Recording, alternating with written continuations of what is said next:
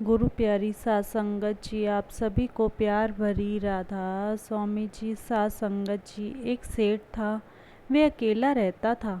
सेठ जब भी खाना खाने बैठता था तो वह अपने घर का दरवाज़ा बंद कर देता था ताकि कोई भी अंदर आकर उसे खाना खाते हुए ना देख सके।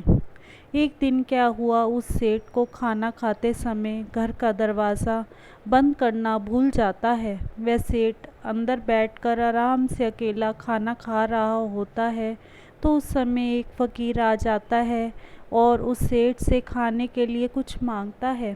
उस सेठ ने उस फ़कीर से कहा, मेरे पास एक रोटी पड़ी है। तो वह फ़कीर उसे कहता है, भाई तुम उस रोटी में से आधी रोटी मेरे को दे दो और बाकी की आधी रोटी तुम खा लो। तो वह सेठ फ़कीर को गुस्से में कहता है, नहीं, मैं तुम्हारे को आधी रोटी नहीं दे सकता। तो सेठ दरवाज़ा बंद कर देता है और आराम से बैठकर वह एक रोटी खा लेता है। फ़कीर उसके घर के दरवाज़े के बाहर वहीं पर ही बैठ जाता है। सुबह जब सेठ ने घर का दरवाज़ा खोला तो देखा कि वह फ़कीर तो उसके दरवाज़े पर अभी भी बाहर बैठा हुआ है। वह सेठ उस फ़कीर को कहता है, अच्छा ले, मैं तेरे को आधी रोटी देता हूँ, तुम वह खा कर यहाँ से चले जाना। तब फ़कीर ने उसे कहा, नहीं, अब एक दिन हो गया है, अब मैं आधी नहीं पूरी रोटी खाऊंगा। सेठ ने कहा, तुम्हें खानी है तो यह आधी रोटी खा ले, मेरे पास एक रोटी नहीं है। वह फ़कीर सेठ को कहता है, नहीं, मेरे को एक रोटी ही खानी है। फ़कीर वहीं पर ही बैठा रहा। वह सेठ अपने काम पर चला गया। जब शाम को सेठ घर वापस आया तो उसने देखा वह फ़कीर तो अब शाम तक भी उसके दरवाज़े पर बैठा हुआ था। वह अंदर गया तो उसने उस फ़कीर को एक रोटी बनाकर दे दी। तो वह फ़कीर बोला, अब एक नहीं, अब 2 दिन हो गए हैं, अब तो मेरे को 2 रोटी चाहिए। सात संगत जी, उसका लालच बढ़ता ही जा रहा था। सेठ बोला, ये क्या तरीका है, लेनी है तो एक रोटी ले लो। वह फ़कीर उस सेठ से एक रोटी नहीं लेता। वह फ़कीर कहता है, मेरे को अब 2 रोटी ही चाहिए। तो उस सेठ ने 2 रोटी उसको नहीं दी। अगले दिन सुबह सेठ ने जब दरवाज़ा खोला और उसने देखा वह फिर दरवाज़े पर भूखा बैठा हुआ है। सेठ ने सोचा, यह फ़कीर कहीं भूख के कारण मर वर ना जाए, इसलिए मैं इसको 2 रोटी बना कर दे देता हूँ। उस सेठ ने उसको 2 रोटी बनाकर दे दी, परंतु फ़कीर ने फिर कहा, नहीं, मेरे को अब 2 नहीं, अब मेरे को 3 रोटी चाहिए। 3 दिन हो गए हैं मैं तुम्हारे दरवाज़े पर बैठा हुआ हूँ। वह फ़कीर ज़िद करता है और कहता है, मैंने अब 3 रोटी ही खानी है।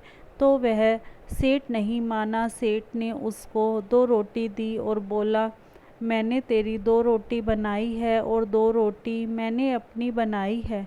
वह फ़कीर नहीं माना। वह बोला, मेरे को अब 3 रोटी ही लेनी है। वह सेठ अपनी 2 रोटी खाकर अपने काम पर चला गया। शाम को जब वह काम से वापस आया तो वह फ़कीर वैसे ही उसके दरवाज़े पर बैठा था। उस सेठ को उस फ़कीर पर बहुत तरस आ गया। उसने कहा, यह यहाँ पर 3-4 दिन से भूखा प्यासा बैठा है, कहीं मर गया तो मुझे तो बहुत पाप लगेगा। अपने लिए तो उस सेठ ने रोटी बनानी ही थी, तो उस सेठ ने उस फ़कीर के लिए भी 3 रोटी बना दी। जब वह फ़कीर को 3 रोटी देने गया तो फ़कीर ने कहा, अब मुझे 3 नहीं 4 रोटी खानी है। सात संगत जी, वह सेठ अपने मन में सोचता है कि अब एक रोटी और अपने में से दे देता हूँ। सेठ ने उसे 4 रोटी दे दी। तो वह फ़कीर बोला, यहाँ पर तू कुआं खोद। वह सेठ बोला, मेरे पास और काम नहीं है जो मैं यहाँ पर कुआं खोदूं। तो उस फ़कीर ने वह 4 रोटी भी नहीं खाई। उसने वह रोटी सेठ को वापस कर दी। सेठ अपने मन में सोचता है, पहले दिन जब यह रोटी मांग रहा था तो मैं इसको आधी रोटी दे देता तो यह बखेड़ा ही ना होता। 4 दिन के बाद जब सेठ सुबह उठता है फिर भी वह फ़कीर उसके दरवाज़े पर ही बैठा होता है।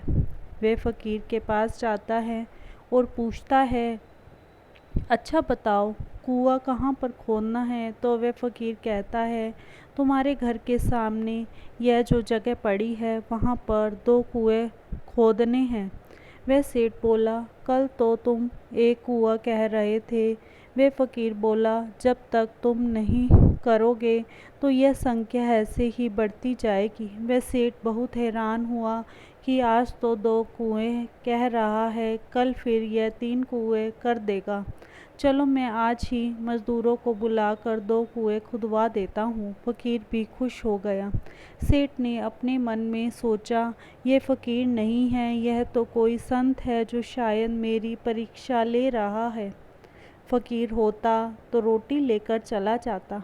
उस सेठ ने बहुत सारे मज़दूर बुला लिए। उन्होंने 2 ही दिन में 2 कुएं खोद दिए। सेठ ने उस फ़कीर को हाथ जोड़कर कहा, संत जी, क्या अब आप खुश हो?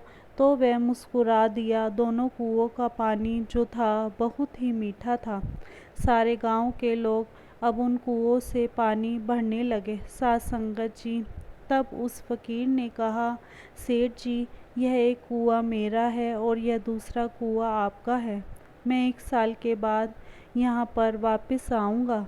मेरे वाले कुएं का पानी आपके कुएं से कम नहीं होना चाहिए। सेठ ने उस संत को प्रणाम किया और संत अपने रास्ते चला गया। सेठ ने क्या किया, जो फ़कीर का कुआं था उसको लोहे की चादरों से ढक दिया और सारे गांव वालों को कहा कि तुम इस दूसरे कुएं से पानी लेना, इसको बंद रहने देना, खोलना मत।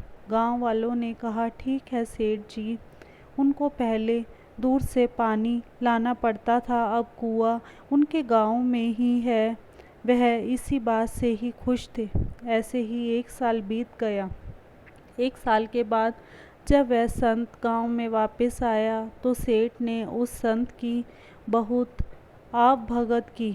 उसको अपने घर ले गया और खाना वगैरह खिलाया, अपने घर में रहने की जगह भी दी।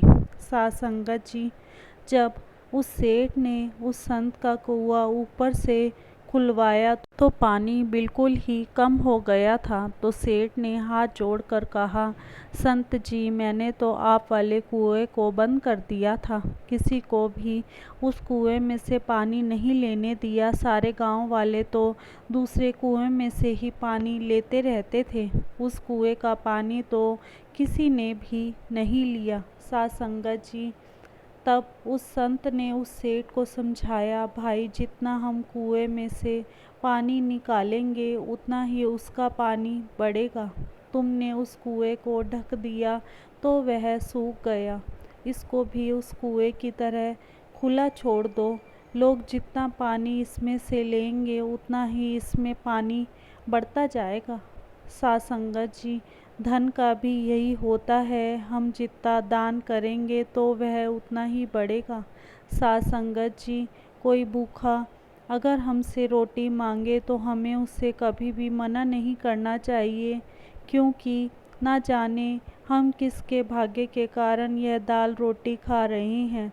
जितना हो सके गरीबों की मदद करनी चाहिए। किसी बीमार को अगर दवाई की ज़रूरत है तो अगर आपके पास पैसा है तो उसको दवाई वगैरह लेकर दे देनी चाहिए। बाबा जी को तो आप देखते ही हैं कि वह सबकी कैसे मदद करते हैं। हमें भी उनके लक्ष्य कदम पर चलना है और भजन सिमरन को भी पूरा पूरा समय देना है।